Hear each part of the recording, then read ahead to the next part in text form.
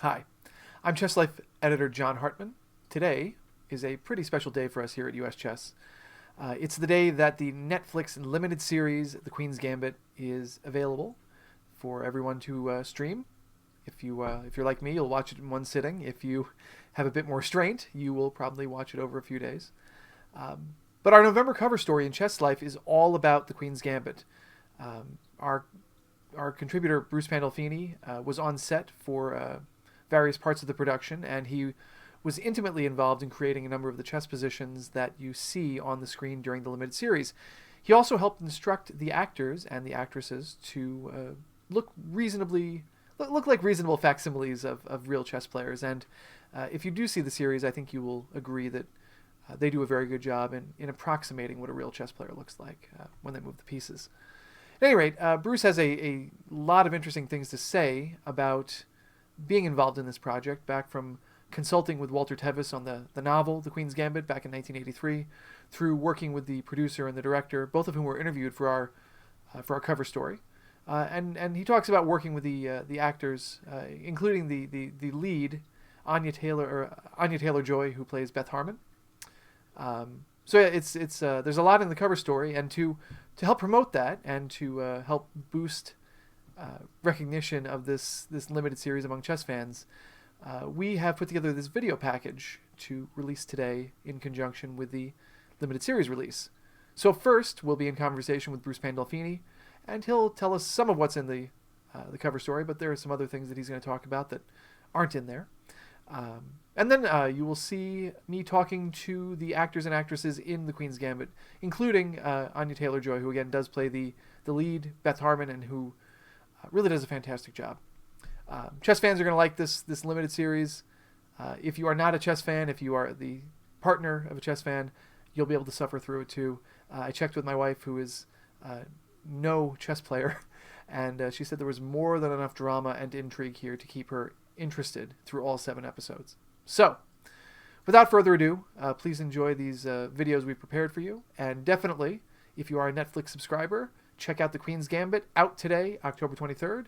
Enjoy. We're here today talking to National Master Bruce Pandolfini on the occasion of the release of the Netflix limited series, The Queen's Gambit, for which he served as a very important consultant. Bruce, hello, how are you? How you doing, John? Good to I see you. am excellent. I just want to inform everybody that before we start, that you are still a Yankees fan, that you have not jumped ship for the Pirates, that this is just, uh, we're getting close to Halloween. Is this like a Halloween costume? Is that it? Something like that. Also, it was the only clean hat I had. You know, Yeah, I am familiar with that particular thing. You grab the thing that is nearest and doesn't look disheveled. So we've asked you to write our November cover story, and I'm hoping that our creative director will be able to insert a photo of the cover here. But for those who won't be able to see it for a few days, because this is coming out October 23rd, let's talk about the story. Let's talk about your involvement in the project, what it was like to work with all of the actors, and really how far back your involvement with this project goes. Because not a lot of people know this, but you were involved with some of the production of the original novel upon which this is based, Walter Tevis's The Queen's Gambit. right? Yeah, it goes back to my involvement goes back to 1982, the summer of 1982, when I read the original manuscript, which was essentially completed. Um, and I went into Random House headquarters to discuss it with Walter Tevis, and his editor, Anne Friedgood. And I loved the novel. I thought it was a great idea. But I pointed out that there were some problems with the chess moves, and they would have to be modified or amended in some way to make sense to chess players. Now, Walter Tevis himself was a chess player, and he didn't like that idea. Maybe he thought he'd also have to pay something for my advice, and he didn't want to do that either. But he was afraid it would destroy the literary quality of the work or the narrative in some way, and so he was dead set against it. And the session was kind of ending with it going nowhere. And so we were saying goodbye. And for some reason, I threw out what I thought the title should be. I think the title then was something like Queen's Game or something like that, but something relevant. Mhm. And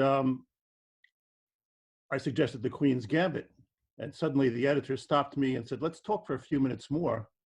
And indeed, a half hour later, I was the consultant on the chess moves for that novel. I met with Walter 8 to 10 times, maybe in his was it brownstone in the 30s of Manhattan.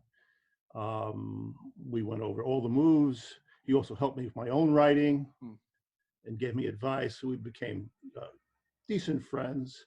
He was an excellent teacher, by the way. He really was. And he did teach English and writing. And for viewers who don't know what else he did, of course, he wrote the novel and the screenplay for The Hustler. And at that time, he was doing The Color of Money, which was finishing about the same year. It's interesting, I think, for anyone who has seen either of those movies, and who will watch the Netflix series. I think they will see some thematic parallels between the characters and the themes that Tevis intended. Right. He would hang out, of course, in pool halls and chess places like the Flea House on 42nd Street in Manhattan. Chess and Checker House, but that was its kind of its nickname, yeah. And he also spent some time in an orphanage when he was younger. There's a key plot point in the story, early in the story. We're trying not to give away any spoilers because this is coming out the day that the series is released, of course. But the book has been out for 30 years, so I don't feel too bad about it. But there's a plot point about tranquilizers that it turns out it's rooted in Tevis's own history. Yes. He also had a problem with addiction. Yeah. I think there was even something to the degree that when he was young, there was a similar. He was treated similarly by the authorities. I guess we can put it that way. Yeah, absolutely. So So he knew what he was writing about. Yeah. And so you, as it turns out, he didn't incorporate any of the changes you asked for or that you said would be good, except for the title. But there may have been some trivial things, but really all the major things were left in as they were. But I remember it's funny, my history with this book. I was an undergraduate at Alfred University in the mid '90s, and one day, as you're walking through one of the halls of the college, professors will sometimes put books outside their door that they don't want, and people can take them. And somebody put a copy of the Queen's Gambit out, and I was a chess player. I read it. I loved it. I mean, my copy is it's sitting right here. I mean, you can see it's beat to hell. It's the binding is cracked, but you do get an acknowledgement at the beginning, right? It says special thanks to. I was fortunate to have the warm-hearted and diligent help of National Master Bruce Pandolfini in proofreading the text and helping me rid it of errors concerning the game he plays so enviably well. I tried. I wish I still had a copy of my notes. I bet. They're probably in my storage somewhere. They're for the Pandolfini archives whenever they end up at NYU. So let's fast forward then. So over the years, there have been many attempts to get this project put on the big screen or the small screen, right? The most famous of which was an ill-fated attempt by Heath Ledger. Right. Yeah. And so he was planning on directing and also being involved in as an actor. Is that right? That is correct. And he really was quite excited about it. So go ahead. No, there were many others too interested in the book. I think it eventually was sold. The rights were sold to Alan Scott by Walter's widow, Eleonora, something like 1992, about 10 years after I had first seen the book. Okay. The manuscript. But still, it went nowhere for years. And it wasn't until 2018 that I was contacted by Bill Horberg. And he and I, well, of course, worked on Bob Fisher. He was the producer. And he said, we're going to do it. And so I met with him and Scott Frank, Alan Scott, and was welcomed aboard So, to so, be the consultant. so as soon as when you got involved, what was it like at the beginning, and then where did you travel to do the consulting work? Well, a lot of it was done in my apartment, Mm-hmm. New York, but we went to Toronto, and mainly the series was shot in Berlin um, for a number of months. So because a lot of the sets and scenes could be set up quite nicely there and really looked like the base today. Were you on set for most of that, or were you at home and working remotely? I was working remotely for a good deal of it. I was on set for a lot. We certainly trained the actors, Anya. We had a great crew in Germany who did terrific work there, preparing actors as well, and coming up with chess moves. A lot of chess positions in this, but you don't see most of them. It's interesting though, and I think one of the nice things that in working with Netflix, they were able to get us, for example, a photo of a key position for the penultimate game, and so yeah, you can actually see the key position, and they photograph it. You know, it's on the video, and a chess player, if they see it, they'll be able to see something and parse the position. There's another still we have where you can tell it's the white side of a French McCutcheon. Yeah. So you know, there are little Easter eggs for chess players. There will be, I think, you know, I think anyone who's used to modern tournaments will definitely look at it and see some of the things that may be different or that may have had to been changed for artistic purposes. You know, the Right. layout, you know, the layout of the final tournament with the players, the fans on each side, and it's very dramatic. But I can't imagine a tournament ever existing like that. Right. Some liberties are taken. After all, it's Yeah. an entertainment, and it would be hard to duplicate the real chess environment and make it engaging. But what I really liked about it, and you know, this video package will have some. I got to talk to the woman who plays the lead, Anya Taylor-Joy, who plays Beth Harmon. And one of the things that I really appreciated about her performance was the physicality of it. Not just the way that she, and again, we talked about this in the little interview I did with her. Not just the way that she tried to embody Beth at different points in her life, and the different choices she made with that, but also simply the physicality of the way they move the pieces. You know, whenever a chess player sees a chess movie, the first thing they notice is how somebody moves the pieces. Because I mean, you can Exactly. tell. You can Right. tell if somebody's a chess player or not. And for the most part, they got it right. Yeah, she knew very little about chess to begin with, and I think she really does a fantastic job. She looks like a great chess player. Yeah. Grabs the pieces quite well, moves them very nicely, and does a terrific job. Yeah. It's you know, even today, I just saw today this morning, the New York Times has a write up about the limited series, and it's very positive, and you know, thinks that Anya, this is going to be a sort of a breakout role for her, and I have to agree. I think it was very well done. But there were so many other people here that were almost as important. You know, the various other chess players she meets.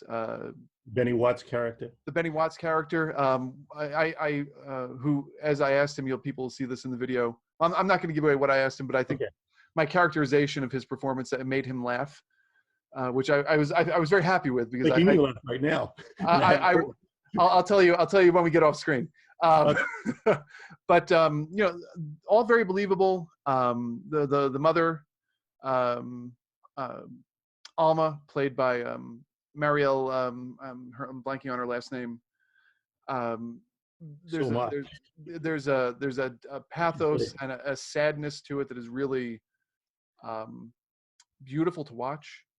And then there's this young breakout character named Bruce Pandolfini who has a star turning role in later in the series. Can you talk about that?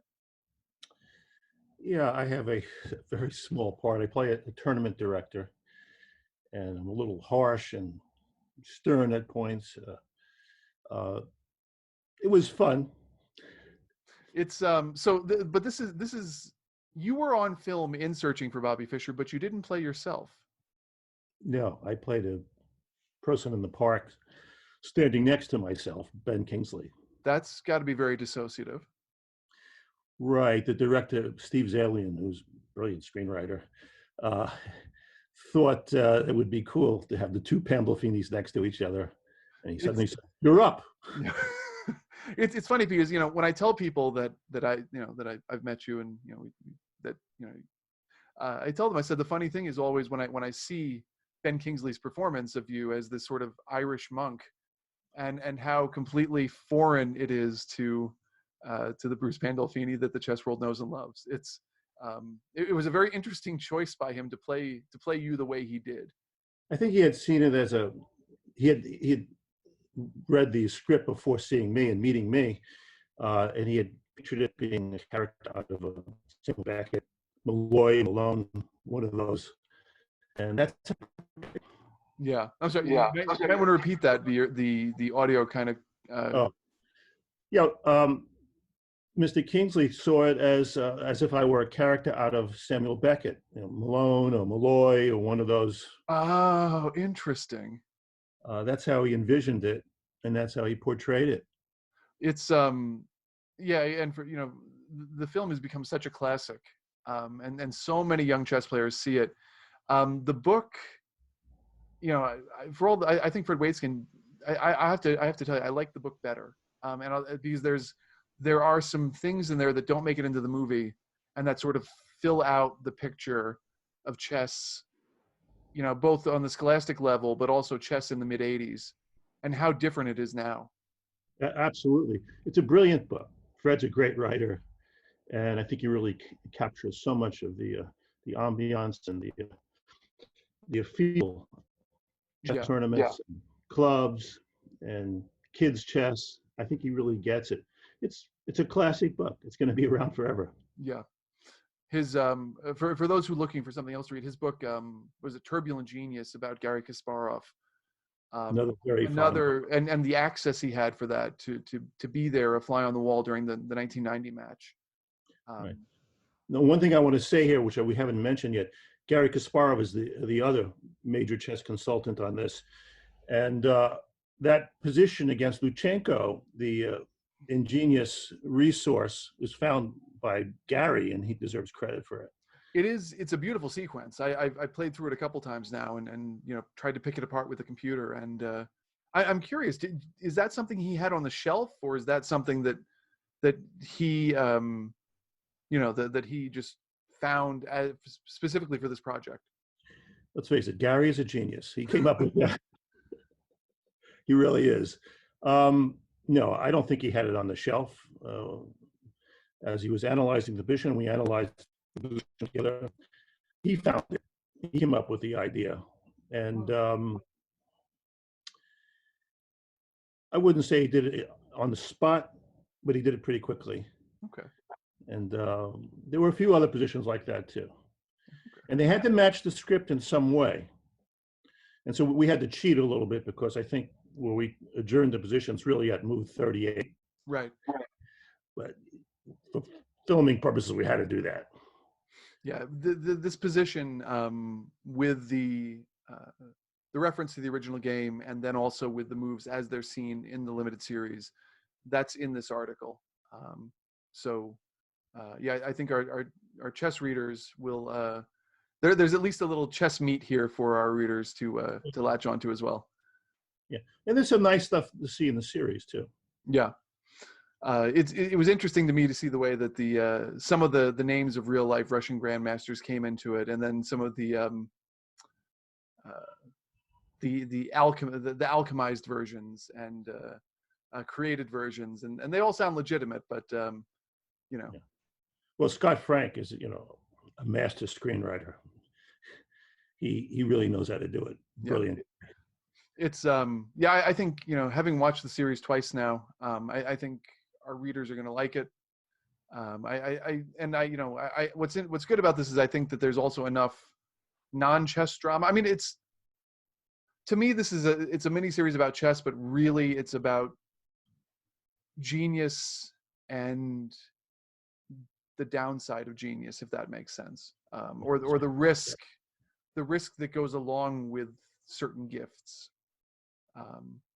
I think there's enough drama here that non-chess players will absolutely be wrapped up in this. I asked my wife, who tends towards Spanish telenovelas sometimes, the soapier the better, and I said, "Listen, is there enough drama here for you?" And she said, "Oh yeah, there's enough." So I think this is going to be a very nice series for Netflix, and I hope everyone watches it. Me too. Perfect. All right. Well, Bruce, I will stop taking up your day. And again, so if you are a Netflix member, go to Netflix today. This is October 23rd. It should be out today. And check out The Queen's Gambit. Bruce Pandolfini, thank you so much for your time. And we'll talk to you for the Cover Story podcast sometime in maybe about 10 days. Thank you, John. Thanks, Bruce. Be well, man. Bye. Anya, I'm John Hartmann. I am with Chess Life magazine. Hi. Hi. All right, so let's just get into it. So I wanted to talk to you about the Beth Harmon character. So having read the book many times over the past few years, I noticed that you created a character who is very different in some ways than she's written on Walter Tevis's page. So I noticed in the production notes you said that her hair, for example, was an important difference that you wanted to make. In the limited series, it's red, and in the book, it's brown. Why did you think that was such an important switch to make? It was one of the first things that I said to Scott. Like, I ran into the meeting and I was like, this book is about everything, and 2, she needs to be a redhead. And the idea behind it was, obviously, this is a visual art form. And I thought that her having red hair and everybody else in the show having a different color hair meant that no matter where she was, she stood out. She stuck out like a sore thumb. And I think that tells the story of the way that Beth feels about herself. She always feels like she's separate. She never feels like she can just sort of disappear or blend in. And I just thought that was a really interesting way of communicating that visually. Now, you played Beth over a series of years, beginning maybe when she was 13 or 14, all the way up to 20 or 21. How did you work to make each stage of that development believable? It was so much fun. I'd never had to play a character for that period of time before. And I found myself, because I'd never had to do that before, I didn't know how I would react. And I thought, okay, like, when she first begins, I want her to walk kind of clumpily and like do this silly little thing. And when I was doing it, I thought, maybe no one will ever notice this, but I'm doing it for myself. And then having seen the show, I'm like, oh no, it works. Because basically the beauty of getting to grow with Beth for all of these years and with an audience, through 7 episodes, is you see her relationship to what has happened in her life and the way that it's changed her. So my background stories were, okay, she's just seen an Audrey Hepburn movie for the first time. And that's when she starts wearing slacks and black turtlenecks, and she starts walking differently. And she's adopted little things because she's constantly trying on different personas.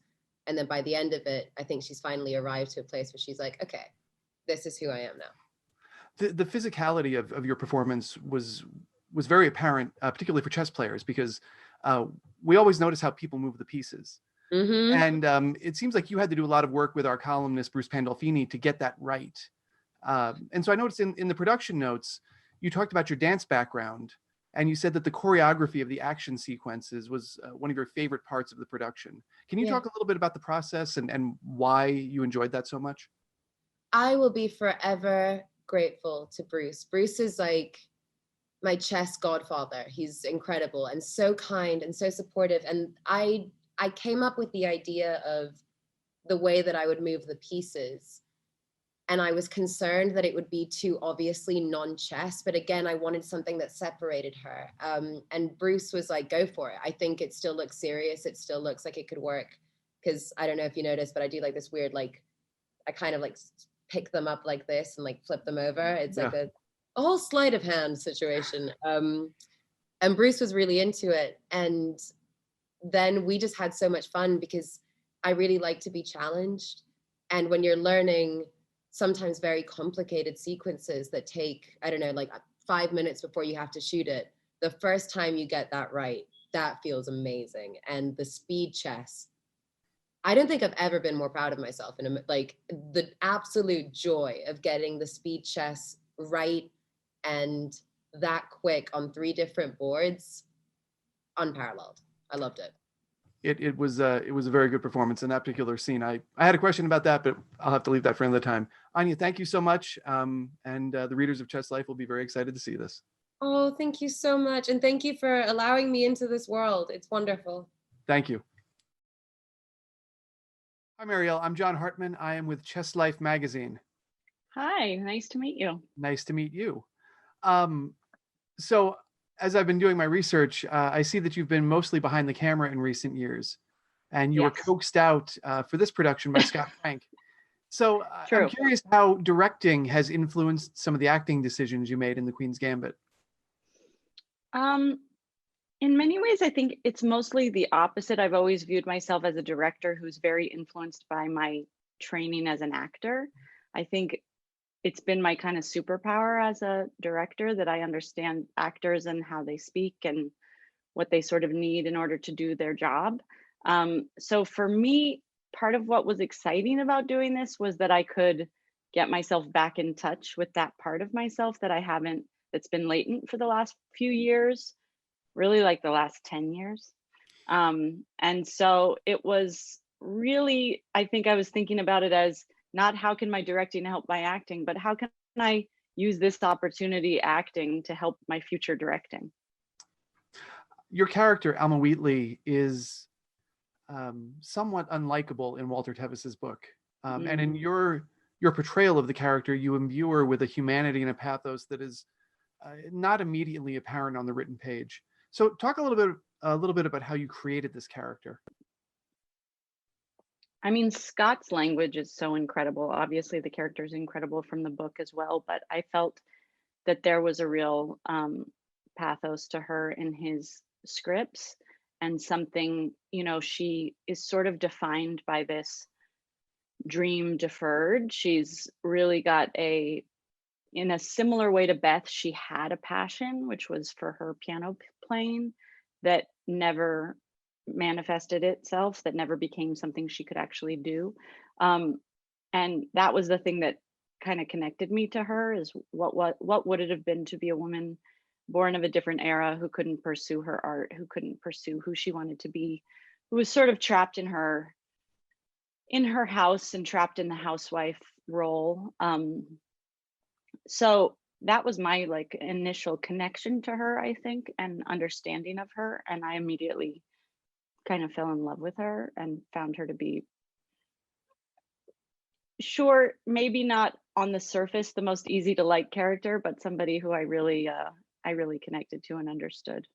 Absolutely. This is a book that people have been trying to get on screen for nearly 30 years. Mm-hmm. Why does it speak to so many people? And do you think that the core story is of particular relevance today for a girl boss Me Too era? I mean, I think we are drawn to stories of underdogs. We're drawn to stories of people who overcome all the odds against them to excel at something. It's a human nature thing to feel so excited by that type of story. And I think Beth's story is that in the best way. You don't know which way it's going to twist and turn, but she's somebody you root for. It's hard, you know, as an old school feminist who sometimes I find the kind of like girl boss hot topic version of feminism that we have going on today a little bit tough to swallow. So I think this story doesn't fit into the kind of like fad feminism, but if anything, it really is just a truthful story of what it feels like to be pursuing a dream within a male-dominated world, and the trials and tribulations that go along with that. And I think Beth is a really very real character, and she's really complex. That's what I loved about Alma Wheatley too, is she's very complex. She can't be summed up in one sentence. I think not only our readers, but everyone who sees this will see that complexity when they're able to watch this. So, Marielle, thank you so much for your time, and on behalf of the readers of Chess Life, thank you very much. Yeah, my pleasure. Gentlemen, both of your characters, Benny Watts and Harry Beltic, have a very critical role in this story, helping Beth Harmon grow in chess and in life. You had to learn a lot of chess for this production. So how did that process work, and what are you taking away from the experience? Well, I didn't know any chess at all. So I didn't know any chess at all. So I was starting from scratch. So I had to sort of. I think the biggest thing for me was making sure that I looked like this is a guy who plays chess every single hour of his day. So the sort of the touch of the pieces and how he moves the pieces, that was sort of what I thought was the most important thing. And then of course you learn about the different moves, which is great. But I was about as beginner as one could be when coming to this show. And Thomas? I knew a little bit of chess. I mean, I knew how to play chess. I knew about the game, but I didn't know all the detail behind really how to tackle another player. So it was fascinating just spending time with some great chess players and just kind of feeding off them and seeing what makes them tick. Their minds work in a very different way, it seems. But yeah, the same as Harry, really. I mean, it was more about, we just repeat taking pieces and you go, oh no, that was rubbish. That was rubbish. And go, oh, that was good. That was a great take. That was good. Now you look professional. So learning just little things about how to take a piece and how to hit the clock, when to scribble, like, so it looks very, very natural. And like Harry said, like you've been doing it for years. So Thomas, your portrayal of Benny Watts struck me as half Bobby Fischer, half Jack Sparrow. So I was curious how you came to play him in such a memorable way. Funny enough, that the people that worked with all the setting up of the chess thing, they did base a lot of the games that I play, at least, on Bobby Fischer. And I think it was probably down to Scott to make me into the Jack Sparrow. But I think the two combined are quite fascinating combination, really. Harry, the Harry Beltic character takes on a bit more importance in this limited series than in Walter Tevis's book. How did you create your character? Well, I think the interesting thing about Harry Beltic is you first meet him and you think he's one thing, and then he turns into something quite different. And that was really intriguing. And just in terms of him coming to Beth at the point of which she's at her lowest ebb, and sort of how he navigates that relationship in those moments, I found really intriguing. So that was what I was really looking forward to doing. Harry, I do have to ask you one more question. Some of our younger readers at Chess Life will know you from your stint as Harry Potter's cousin. Now, I hope I don't mangle this because I'm not real up on the story, to be honest. I know you were Muggle-born, but I wanted to ask you, who would win in Wizard's chess? Harry Potter or Beth Harmon? Oh, wow. Okay. Probably Beth Harmon. Probably. Just because, Beth Harmon. I mean, Wizard's chess is full of cheating, I'd imagine. So I can't even remember. It's the sequence in the first film, isn't it, when the chess pieces come alive and they start hacking the other pieces. I'm a Star Wars guy. You're talking to the wrong guy. I see. I'm talking to the wrong person. Okay. Well, let's just say Beth Harmon, just for the safe answer. Yes. Absolutely. Gentlemen, thank you so much. The readers of Chess Life will be very interested to see the story in our November issue and to see this video on October 23rd. Thank you. Thank you. Thank you. Sure. Hi, Moses. I'm John Hartmann. I am with Chess Life magazine. Hi, John. I love your background. Thank you. Moses, thanks for taking the time to talk to Chess Life.